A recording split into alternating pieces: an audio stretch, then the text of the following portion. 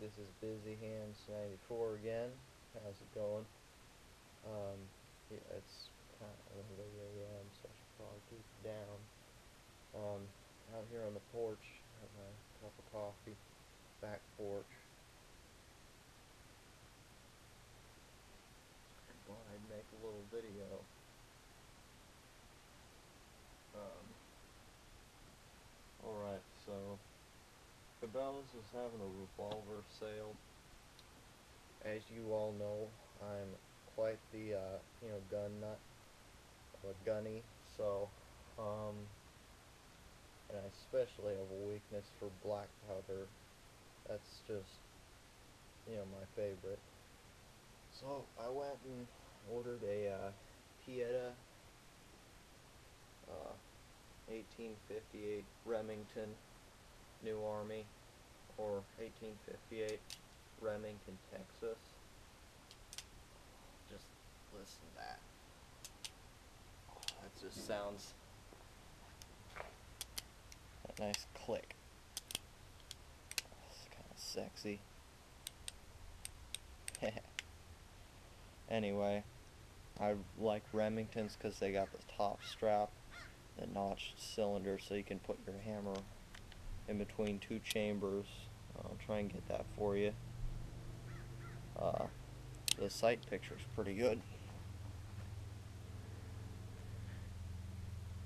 Is that me, or do Remingtons, have the really tiny sights, Seems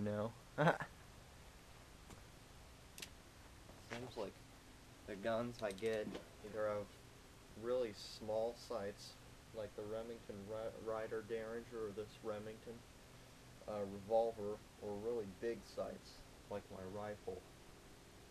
Anyway, I made a holster for it. I didn't want to make something that's like Civil War flap, because I wanted a lot of brass exposed. So I went with this kind of design. This goes around the wearer's leg. So you got your hog leg here. Got this to go around it, around your leg, and that'll keep the hog leg from going anywhere, and that'll keep it from going, the holster from moving when you draw. So a little bit more about this gun. It's 44 caliber, 6-shot percussion, and was, I think, $169, something like that. But there was a $20 discount because that was one of the parts of Cabela's having a sale. So let's talk a little bit about ammo. Just black powder. Don't use smokeless or anything too hot in this gun. This is a brass frame and it's not as strong as a steel frame. Maybe a light load of 777 at most. Or an average load of black powder. But you got this measured spout, like you saw. I went like that. That puts powder in it. As you can see, that's about 24 grains of powder.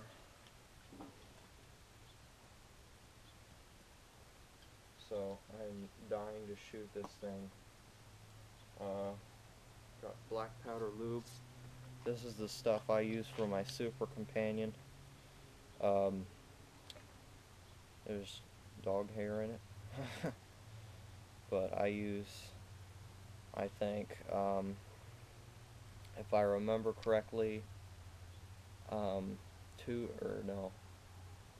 parts Crisco and 2 parts beeswax, and that gives me a nice soft lube. This time I used a citronella candle, so it's basically mosquito repellent lube.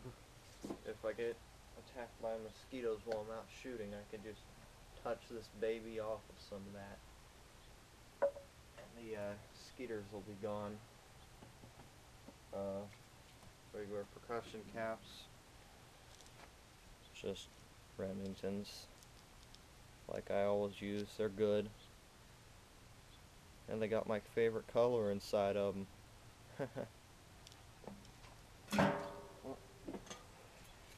Powder measure. This is great. I don't know if I'll look at. There's a adjustable powder measure I like to keep in my possibles bag. Goes anywhere from 5 to 50 grains. You can just lock it at, let's say I want to do 30. You just lock it right there, twist it, tighten this little nut, and then it's locked at 30. I can, let's see, fill this thing up for you. All I had was Jim Shockey's, so this is a little bit slow. You fill it up so that there's a little bit on there, then cut it off like that, and it gives you a good, accurate measure of powder. Let's just put this back in. Alright. Sorry, that's kind of a lengthy thing to do on video. Probably should have put it aside or something. And then finally, last but not least, balls. Don't get your mind out of the gutter, boy. I know what you're thinking. Okay, so these are 454 lead balls that I cast myself. I also cast conical bullets. Well, here's what they look like.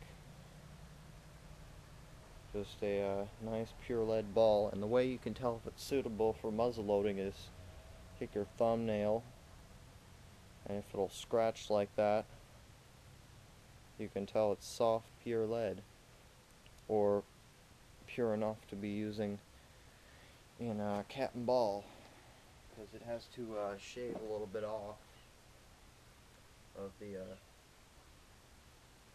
off of the ball in a cat and ball, and in a mini ball it has to expand, but it's not as easy to just force it down like smokeless bullets do. So anyway, oh, should probably show this cylinder being changed. Great thing about Remingtons, this is why I got the Remington instead of the Colt.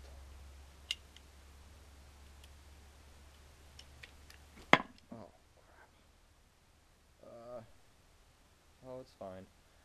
You just take the cylinder out, you pull this pin out, remove, or get the loading lever kind of up so that this thing isn't coming out, and then pull the hammer back a little bit, and you can switch cylinders with a loaded one. These are about 50 bucks a piece, which isn't bad. In fact, I'm thinking I should get 2 of them. But anyway, really liking this gun. Good brass frame. Ever since I bought this fits a little bit nicer. Anyway, just something I've wanted ever since I was a small child, was a brass frame Remington, just for the aesthetics, until later I learned of the design being superior to Colts. Anyway, thank you for watching. Stay safe and God bless America.